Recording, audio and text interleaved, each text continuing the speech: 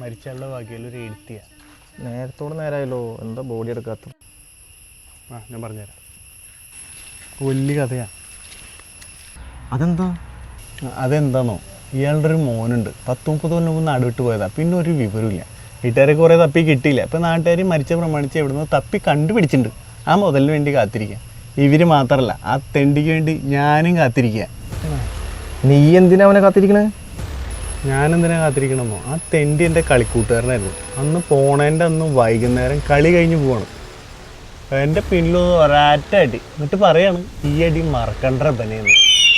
എന്നിട്ടോ എന്നിട്ട് തെണ്ടി ഒറ്റ ഓട്ടം. പിന്നെ ആ തെണ്ടിനെ ഞാൻ ഇതുവരെ കണ്ടിട്ടില്ല.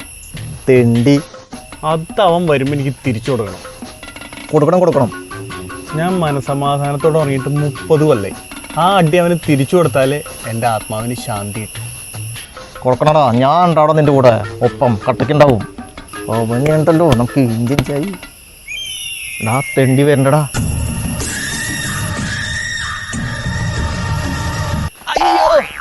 അയ്യോ ഡാ അവൻ വീടെത്തുന്ന മുമ്പ് തന്നെ കരച്ചിൽ തുടങ്ങി. ഇവിടെ വരട്ടെ, അവൻ്റെ കരച്ചിൽ നമുക്ക്. അയ്യോ, ആദ്യം പ്രതികാരം, പിന്നെ 16 അടിയന്തരം. പട്ടി, നിന്നെ ഞാൻ കാത്തിരിക്കുന്നു. എന്നെയോ?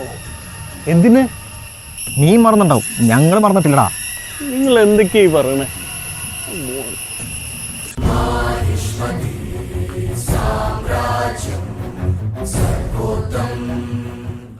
ഈ അടി മറക്കണ്ട. നീ എന്തിനടിച്ചേ? ഞാൻ ഒരു ഓളത്തിന് അടിച്ചതല്ല അവനെ. നീ എന്തിനാണ് അടിച്ചേ? നീ മരിച്ചാളുടെ മോനല്ലടാ.